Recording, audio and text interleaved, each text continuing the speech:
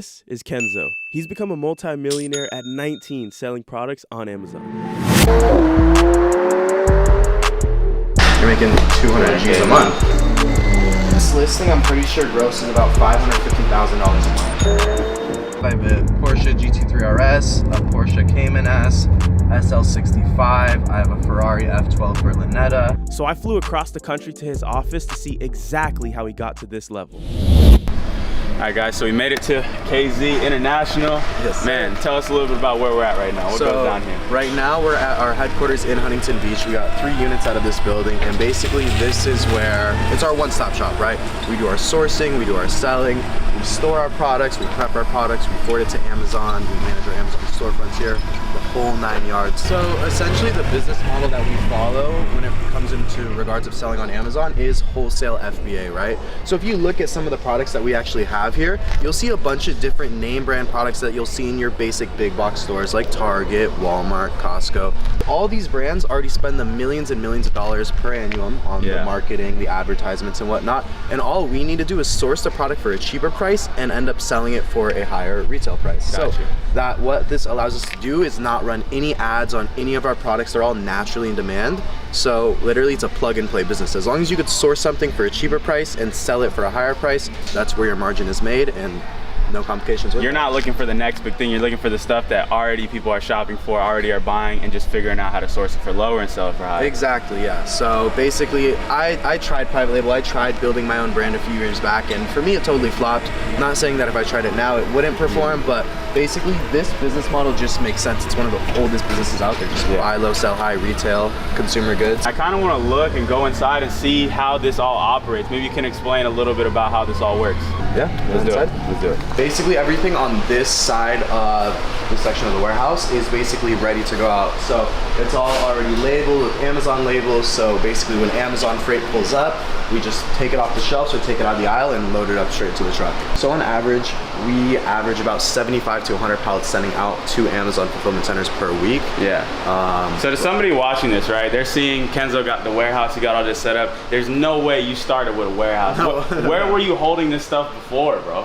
So at first, when I first started, I just had my suppliers send my products directly into an Amazon fulfillment center. Because with FBA, Amazon pick, packs, ships your products, stores them, whole 9 yards. So I was able to leverage his facility at first, but the thing is, when you have someone else and all these different variables moving around, it's hard to quality control.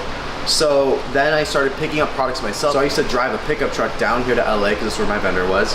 I'd load up the pallets into the flatbed and I'd drive back up north, and I was storing it like on the side yard of my house. And my mom was always so mad at me. Yeah. So you had like stacks and stacks of boxes at the side of your house. But it would only be like 2 pallets at a time. So it wasn't anything too crazy. I actually have a few videos of me prepping it. Like with, we'll throw some of those up on the screen. Some of my college classmates back then. But yeah, no, it hasn't always been like this. And then after a little while, I got my first warehouse down here in LA when I moved down here. It was really small, like 2,000 square foot. And yeah, we've just been growing ever since. But is this your only warehouse that you have right now? No, so basically, we have 3 units out here in Huntington Beach. We have a warehouse in Miami, a warehouse in Houston, and then New Jersey is going to be open in November. Jersey's probably going to be one of the biggest ones. That one's up, so I'm super excited. All right, so we're going to take a look at some of the products now, but what's the first product you started selling? Like, how'd you even get into all of this, you know? So the first product that I actually sold when I got into wholesale FBA was Sharpie markers. So I spent $7,500, which was literally everything I had to my name from drop shipping on eBay.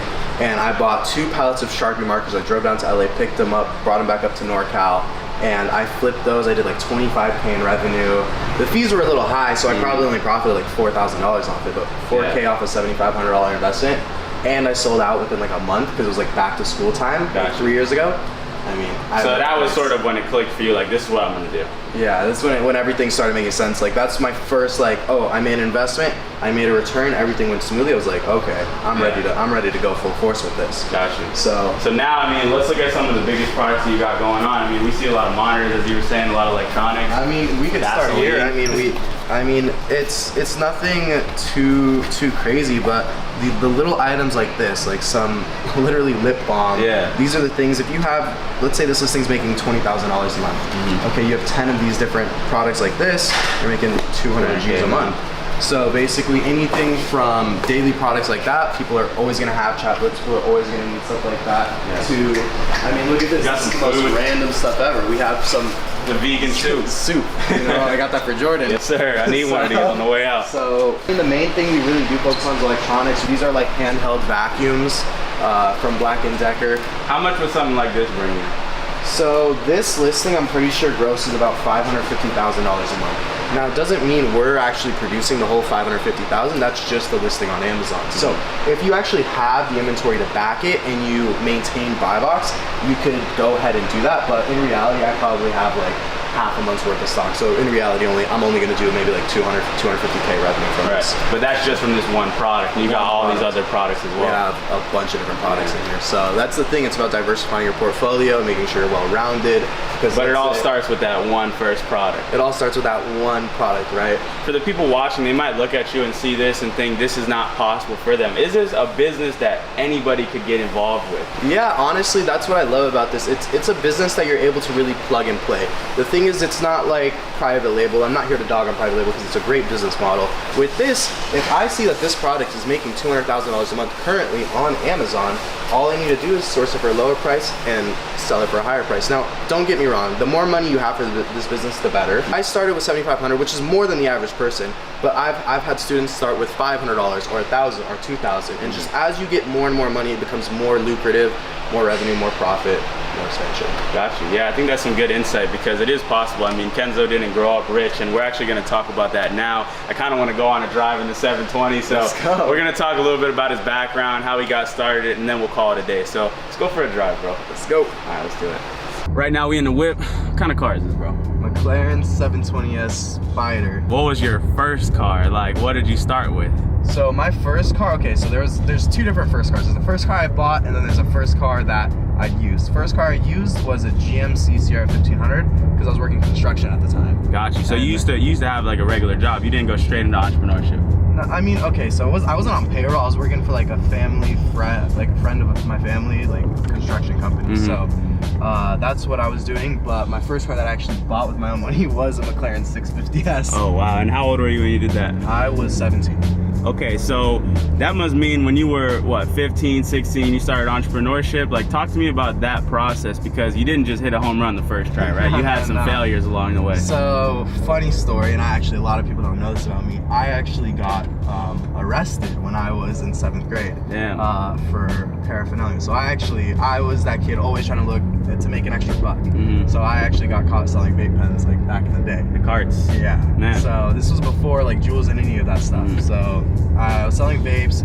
8th grade, I was making t-shirts with prints on it. So I was always doing these little side hustles to make money. But first like actual business I got into was actually Shopify dropshipping. Got you. And that flopped. Then I tried Shopify wholesale, and I tried building a brand around this jewelry company. And I remember getting my first sale like 11 p.m. in Portland, like on some trip with my mom. Yeah. And I felt euphoric. Yeah. But that was probably 1 out of like 5 sales I've done lifetime for that company. So tell me about what that was like. I mean, coming up when you were going through those failures, like what kept you going? How did you stay resilient enough to get to this level? Because I know it wasn't easy, bro. I mean, I just saw people like with, I don't know. At first, I'm not gonna lie, I started this because I wanted the exotic cars, I wanted the private jets, I wanted a life that was unknown to me.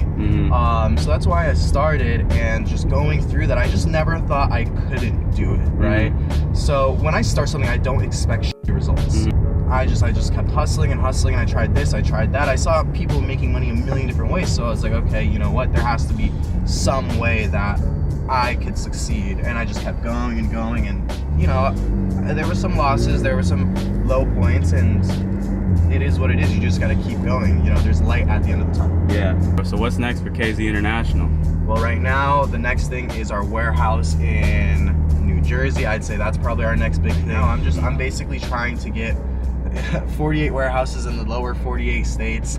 And after that, I mean, honestly, I think I might be willing to sell the company if the bid's high enough. So that's kind of where I'm at with everything. It's inspiring, bro, for sure. I appreciate it, man. All right, it's been a great day at the office, bro. Thank you for showing us around. Thank you for driving the car. So look, man, one last word of advice for anybody watching this video, old, young, trying to get like you. What do you got to tell them, man? Just honestly stay in your own lane, focus on yourself, stay on consistent. As long as you make the right decisions in life and you're consistent with it, your life could change fast. It wasn't too long ago where I was an average student living an average life, going to school on the weekdays, construction on weekends, video games after school, just same stuff, different day, right? So now we live the life of our dreams. We do what we want, when we want, with the people we care about, and that's all that's important in life. Yeah, man, that's real. So where can they find you? Where are you at? Basically, the only platform I'm really active on as of right now is Instagram. So if you guys want to go ahead and check me out, it's going to be at KNZO. We'll put it in the description down below and pop it up on the screen. Guys, make sure to go follow Kenzo. He's always dropping game. Dude also lives a crazy lifestyle, so you can check that out as well. And man, thanks again, bro. All right, bro, I really appreciate you, man. All right, man. See you guys later.